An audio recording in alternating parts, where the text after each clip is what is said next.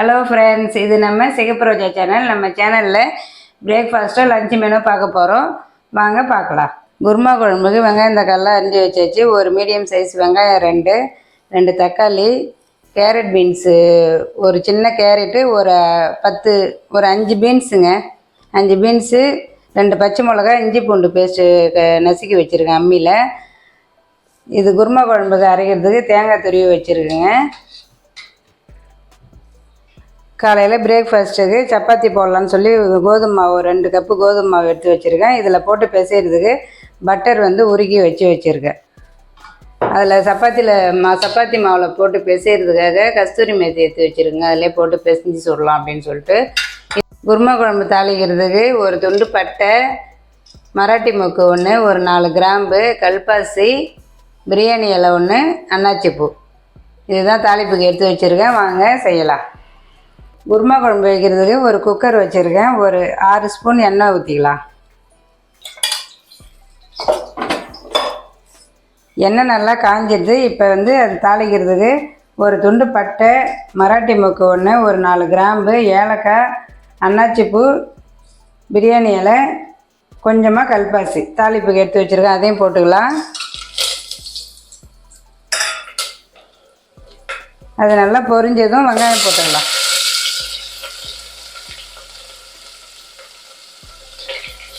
ஒரு 2 பச்சை மிளகாய் கட் பண்ணி வச்சுருக்கேன். அதையும் போட்டுக்கலாம்.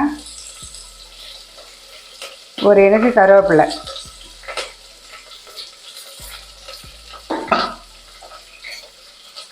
போட்டு நல்லா வதக்கி விட்டுக்கலாங்க. வெங்காயம் நல்லா வதங்கிடுது. இப்போ கட் பண்ண தக்காளியை அதில் போட்டுக்கலாம். இஞ்சி பூண்டு பேஸ்ட்டு கொஞ்சம் நசுக்கி வச்சுருக்கேன். அதையும் அதில் போட்டுக்கலாம். வெங்காயம் தக்காளி நல்லா வதங்கிடுது. இப்போ கட் பண்ணி வச்ச உருளைக்கிழங்கு, ஒரு பெரிய சைஸ் உருளைக்கிழங்கு கட் பண்ணி வச்சுருக்குங்க. தண்ணியில் போட்டு அதையும் அதில் போட்டுக்கலாம். கேரட் பீன்ஸ் கட் பண்ணதையும் அதில் போட்டு வதக்கலாம்.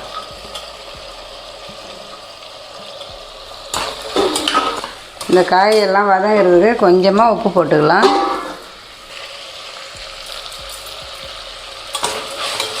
நேற்று பர்த்டே ஃபங்க்ஷன் போனீங்களே, சப்பாத்தி என்ன வச்சாங்க?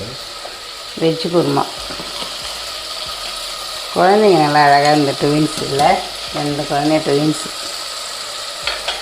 குட்டிய முகம் நல்லா அழகாக இருந்தது.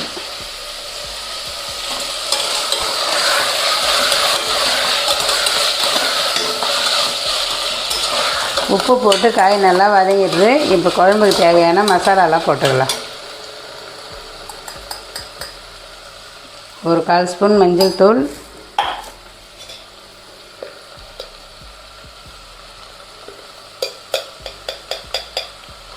ஒரு 1/2 ஸ்பூன் மிளகாத்தூள், குழம்பு மிளகாத்தூள் போடுறேங்க.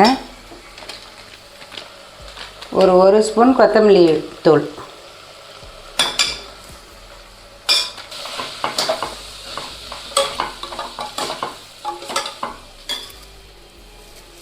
குருமா குழம்புக்கு தேவையான அளவு தண்ணி ஊற்றிக்கலாம்.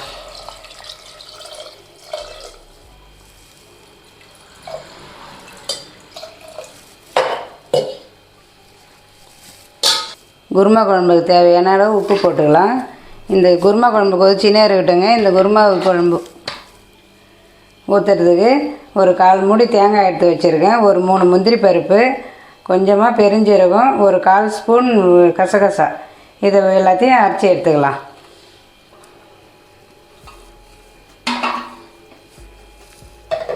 என்ன குருமா அரைக்கிறதுக்கு இது கொஞ்சம் நேரம் நரைச்சிக்கலாம். அதுக்குள்ளே சப்பாத்தி பிசைஞ்சிக்கலாம். கோதுமை மாவு கடையில் வாங்கினது, அரைச்சது? கடையில் வாங்கினது தான். அரைச்சின்னு வரணும். எடுத்து எல்லாம் காய வச்சுருக்கிறேன். அரைச்சின்னு வரணும். கொஞ்சோண்டு மாவு போட்டுக்கலாம். சப்பாத்தி இருந்ததுன்னா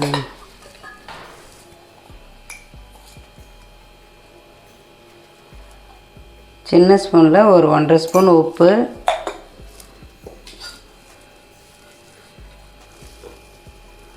இது ஒன்றும் இல்லைங்க, காஞ்ச வெந்தயக்கீரை தான். இது கஸ்தூரி மேசின்னு சொல்லுவாங்க.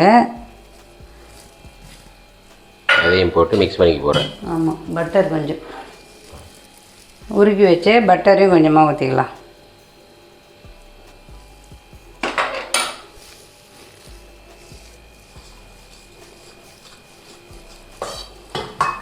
ஏமா இந்த குருமா குழம்பு எது யூஸ் பண்ணுறீங்க? குருமா குழம்பு சப்பாத்திக்கு சாதத்துக்கும் இன்றைக்கி அதே தான், சாப்பாட்டுக்குமே அதுக்கு தான் சப்பாத்தி போட்டோம். குருமா குழம்பு வைக்கிறதுனால தான். ஏம்மா இன்றைக்கி அடுத்த ஒரு கொஷின்மா. ஒரு பாம்பு ஒரு வாரமாக படுத்துன்னு ஒரு மணி நேரமாக அழுதுனே இருந்துதான். ஏன் பாம்பு ஏன் அழுதுனே இருந்தது நீங்களே சொல்லுங்கள். அது எடுத்த படம் ஃப்ளாப் ஆகிடுச்சான்.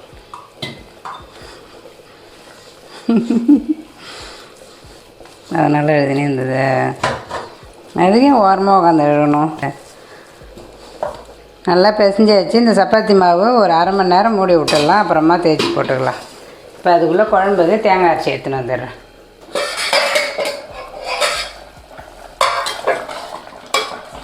காயெல்லாம் நல்லா வெந்துடுது குருமா குழம்புக்கு. இப்போ அரைச்ச தேங்காவை அதில் ஊற்றிக்கலாம்.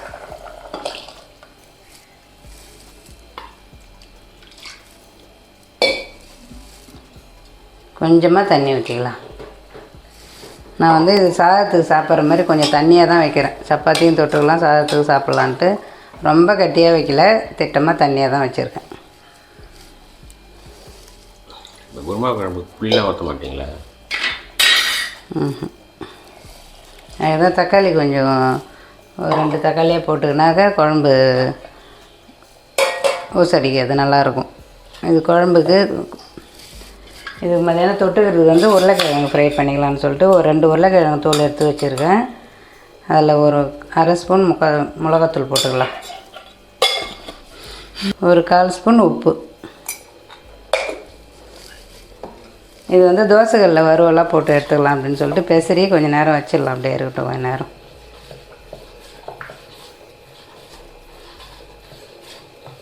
குருமா குழம்பு ஒரு நல்ல காம்பினேஷன். அது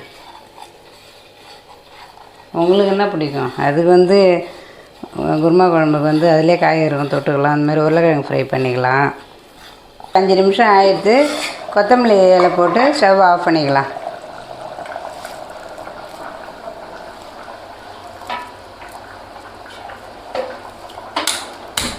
குருமா குழம்பு ரெடி ஆகிடுச்சு. இப்போ வந்து அது உருளைக்கிழங்கு ஃப்ரை பண்ணிக்கலாம். தோசைக்கல்ல வச்சு அதில் உருளைக்கிழங்கு ஃப்ரை பண்ணிக்கலாம்.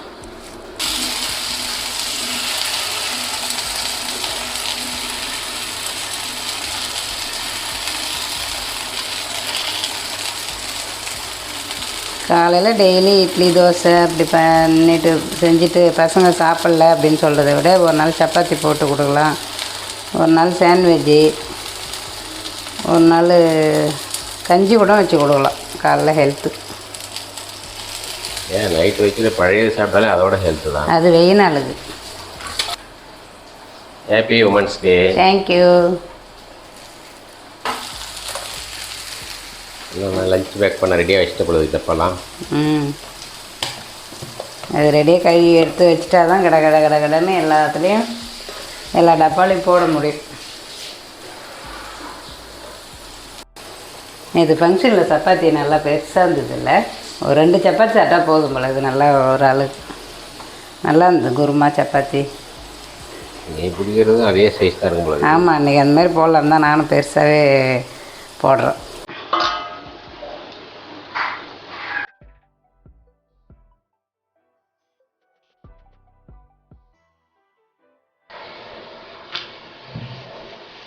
இந்த அளவு இருக்கும் தான் சப்பாத்தி.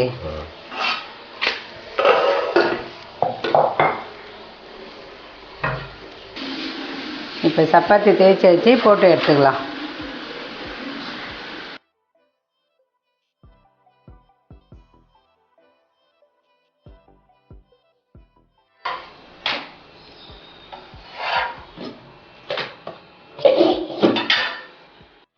நம்ம வீட்டு லஞ்ச் மெனு ரெடி ஆயிடுச்சு. சுட சுட சாதம், சாதத்துக்கு குருமா குழம்பு,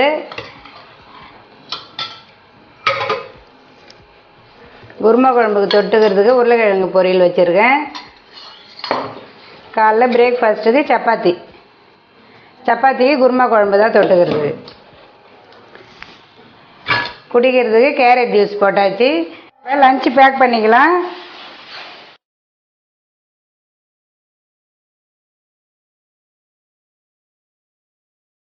லஞ்சு மெனு, நம்ம வீட்டு லஞ்சு மெனு இது தான். இந்த வீடியோ உங்களுக்கு பிடிச்சிருந்தா லைக் பண்ணுங்கள், ஷேர் பண்ணுங்கள், கமெண்ட் பண்ணுங்கள், மறக்காமல் சப்ஸ்கிரைப் பண்ணுங்கள். எங்கள் ஃப்ரெண்டு ஒருத்தவங்க எனக்கு மகளிர் தினம் வந்து விஷ் பண்ணியிருக்காங்க. அவங்களுக்கும் ரொம்ப தேங்க்ஸு. நானும் எல்லா மாதிரி இருக்கிற எல்லா மகளிருக்கும் மகளிர் தின நல்வாழ்த்துக்கள். எப்பயும் நம்ம ஹாப்பியாக இருக்கணும், ரொம்ப மகிழ்ச்சியாக இருக்கணும், குடும்பத்தை சந்தோஷமாக வச்சுருக்கணும். பாய்.